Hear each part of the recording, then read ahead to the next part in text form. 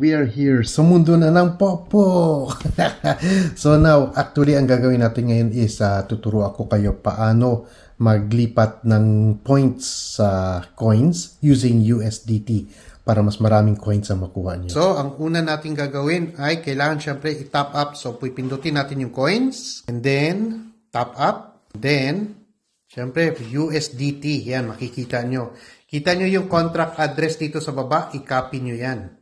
So, na-copy na yan, ano? So, after that, babalik tayo sa ating screen, main screen. Pindutin nyo naman yung points. And then, withdraw now. Tapos, makikita mo yan, ano? Yan yung ating screen. So, ibabind natin yan. Pindutin mo yung arrow dito sa gilid. So, makikita mo yan. View.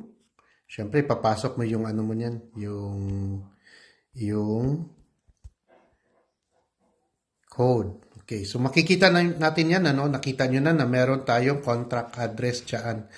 Now, just to show you, that's the same link, pero tatanggalin natin yan para makita nyo.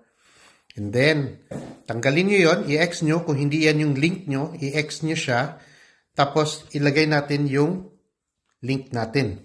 So, kung makikita nyo, ay, sana yan?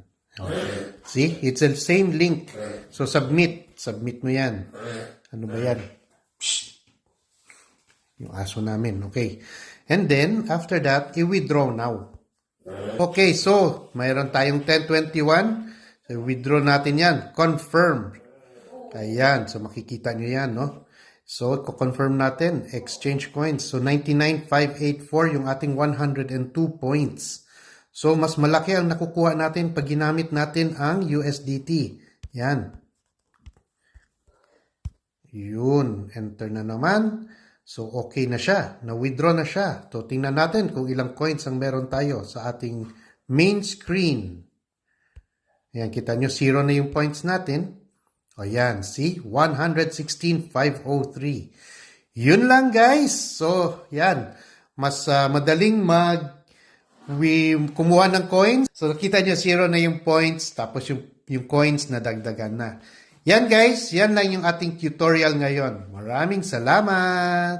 Bye!